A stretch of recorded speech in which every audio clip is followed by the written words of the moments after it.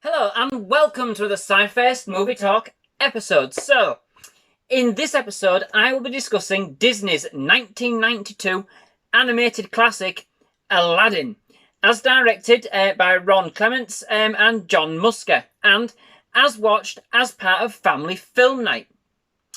Before I start, I must give another absolute big shout out to Trent Martin, who requested this review via my Facebook page, and also thank you very much for your support, for his support once again.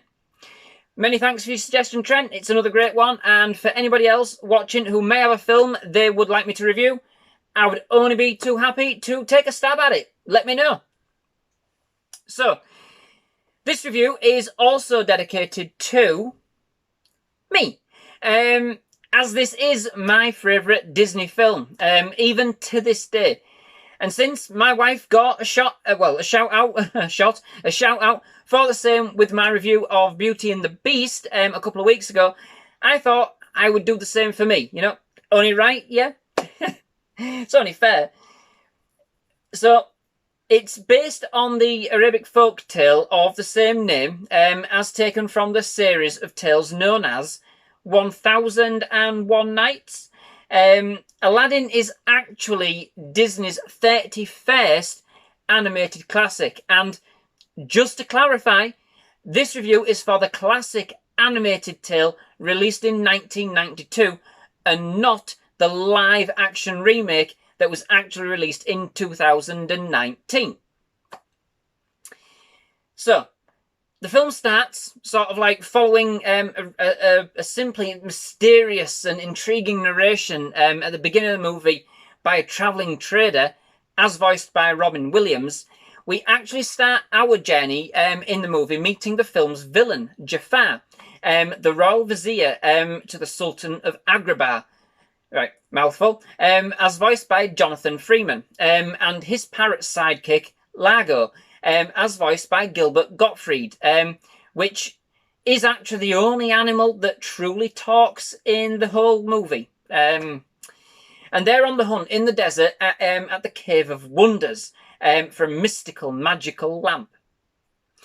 They fail due to their selection of stooge and are told to find a diamond in the rough before the cave will actually then give up its secrets. Cue then the introduction of Aladdin, as voiced by Scott Wiener, a street urchin who aspires to be more than what he is, and can always be found with his companion and partner in crime, Abu, a monkey. Aladdin dreams of a life without having to scrimp and steal for food, to not be constantly on the run and having to look over his shoulder, sort of feeling trapped inside his own life. We then also meet Princess Jasmine, as voiced by Linda Larkin, and her father, the Sultan of Agrabah, as voiced by Douglas Seal, who have a predicament in that Jasmine must marry somebody of royal blood, a prince, if you like, by her next birthday. Never really say how old she is, but which is only 3 days away, I think. But Jasmine is strong-willed and doesn't just want to settle. She wants to marry somebody she loves, and not just because some law tells her she has to. And feeling trapped by palace life, she goes incognito in the local marketplace. Through a twist of fate, Aladdin and Jasmine meet in the marketplace and spark an instant attraction. However, Aladdin, of course, is the diamond in the rough that Jafar is looking and searching for. And before we know it, Aladdin is whisked off on the perilous journey into the belly of the forbidden Cave of Wonders. It is here that he meets the larger-than-life genie, as voiced by Robin Williams, with phenomenal cosmic powers in a teeny-weeny living space. I had to do that, so I'm sorry. Sad, I know, but from here, Aladdin sees his opportunity, realising that he stands no chance with Jasmine as a lowly street urchin, to win her hand in marriage by transforming into a prince, using the power of the genie and his wishes. Living the lie, however, Aladdin comes up against a number of challenges, not least Jafar, who realises Aladdin has the lamp. He then steals it for his own devices and uses it to become Sultan. Without the aid of the genie, Aladdin must then use all of his cunning and trickery he learned on the streets of Agrabah in order to overcome Jafar and return order to the kingdom. So, yes, as I mentioned earlier, this is basically my favourite Disney movie. And as yet, at the time of this review, hasn't been replaced. A couple have come close. Obviously, if you've seen my reviews for The Lion King and Beauty and the Beast, you know that I love those movies, and I'll be doing one for The Little Mermaid soon, I'm sure. I love that movie. You know, those are sort of like my core Disneys. But this one is just an absolutely fantastic, eclectic mix of mystique, comedy, romance, and superbly fashioned musical numbers that no other Disney, for me, has managed to actually achieve, either before this film was released or since. Not to the same extent. They all have their moments, but just not that kind of overall. What, of course, makes this film what it is, hands down, is the portrayal of the genie by Robin Williams. The genie scenes are just sheer comedy genius and play to Williams' comic style absolutely spot on. I believe the role was actually targeted at Williams directly, and this absolutely shows in the amalgamation of the comedy, the direction, the animation and music, which basically meld together as though they're one. What we get is a character so full of life, but yet tied to the lamp which he calls home. A prisoner in his own space, longing so much himself to be free.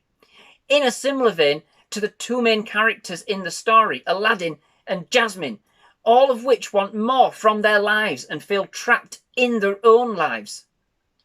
But the style in the way that the comedy is delivered is the most side-splitting aspect of the movie.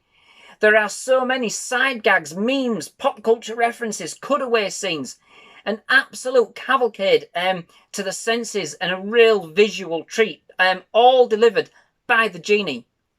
There is so much to look out for each time you watch the film, and Williams is just like a one-man comedy match in band in that sense. It's absolutely fantastic.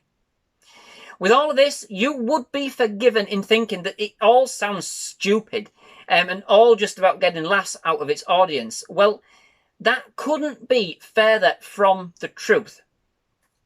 The comedy is seamlessly built into the threads of the movie, which itself is exceptionally animated. It's fairly simple in terms of its design, but a real classic feel. It's crystal clear and holds up very well, even to this day. The supporting characters, and I say this because you know it's all about the genie, right? Aladdin is kind of secondary in his own film, really. But yes, you know, the other characters in the movie are exceptional as well, especially for me, the movie's villain, Jafar, who is simply a delectable, despicable villain, and I think brilliantly cast. He and Cruella certainly would make for one unstoppable team, absolutely. All of this is bolstered by the inclusion of a series of musical numbers produced by the inspired duo Alan Menken and Howard Ashman, who had brought us the exceptional hit songs in Disney's own 1989's The Little Mermaid and 1991's The Beauty and the Beast, which are phenomenal in their own right. However, very sadly, Howard Ashman unfortunately died during the production of this particular movie, and as a result, the lyricist Tim Rice was actually brought on board to finish the movie's songs and score with Menken. The songs in this movie are simply at the top of their game. I don't think there's literally one I don't actually like, and for me it's pretty much the ultimate toe-tapping, jazzy, razzmatazing sing-along movie. I had the actual sheet music when I was younger. I mean, I suppose outside of Greece, perhaps, of course. Quite a lot of the background and introduction to Aladdin, the genie, and indeed Prince Ali, who Aladdin actually becomes, is delivered through song in a series of 3 very fun and upbeat musical numbers, with 2, A Friend Like Me and Prince Ali, sung by the genie. And again, interlaced with so much comedy, being real big show numbers with that real kind of big band come Broadway, come chorus line, circus-esque feel. Just absolutely, simply divine.